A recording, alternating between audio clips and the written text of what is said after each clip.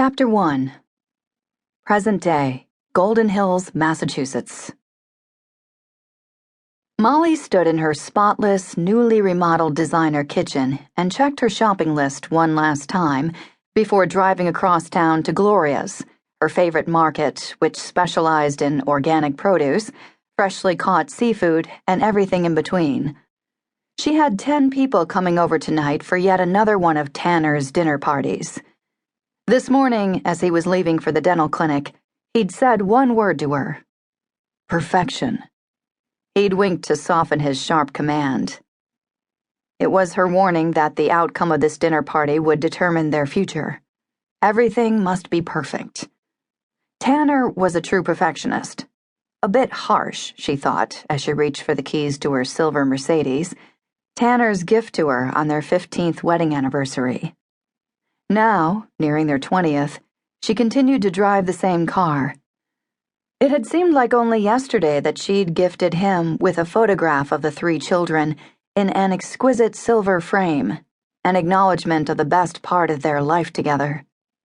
The children. Holden and Graham, twins Tanner had from his first marriage, boys she'd raised since they were toddlers. Their mother, Elaine, had died in a tragic accident just months after they were born. To Molly, they were no different than Kristen, her biological daughter, who idolized her big brothers.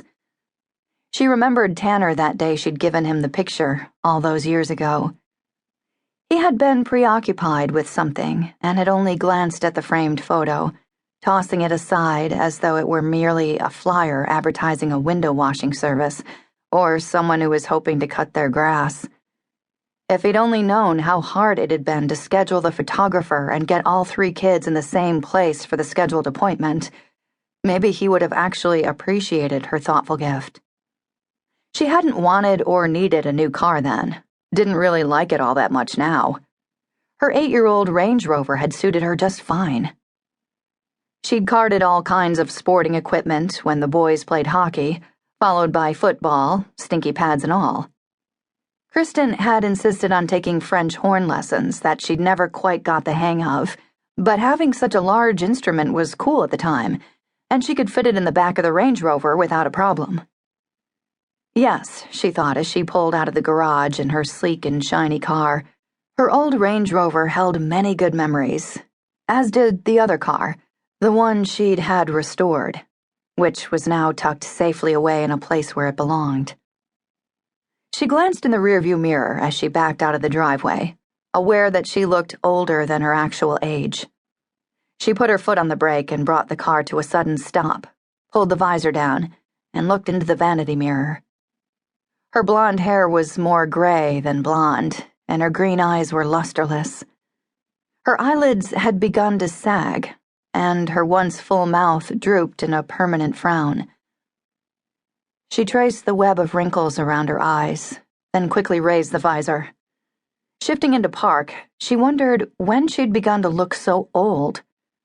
She had turned 38 last month, had been dreading the big 40, but at 38 she already looked much older than the ghastly 40. She was aging faster than Tanner, who at 48 looked much younger. Why hadn't Tanner mentioned this to her? He always critiqued her. What she wore, too much makeup, not enough makeup, too tan, too pale, too fat, too thin, and on it went. At least she had good teeth, she thought as she pulled onto Riverbend Road, the most exclusive neighborhood in Goldenhills. She ran her tongue across her teeth. They were as smooth as the mother-of-pearl necklace Tanner had given her on her 30th birthday. Of course, her perfect teeth were courtesy of Tanner's expertise. He was one of the top cosmetic dentists in the state. Which brought her back to the reason for tonight's dinner party. Tanner owned 3 dental clinics, one here in Goldenhills and 2 in Ocean Ore, and wanted to open a 4th in Boston, near the Harvard School of Dental Medicine, his alma mater. Tonight's guests were potential investors. Molly knew that tonight was very important to her husband.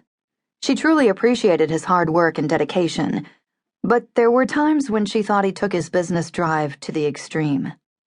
Tonight's dinner, for example. He didn't need these investors any more than she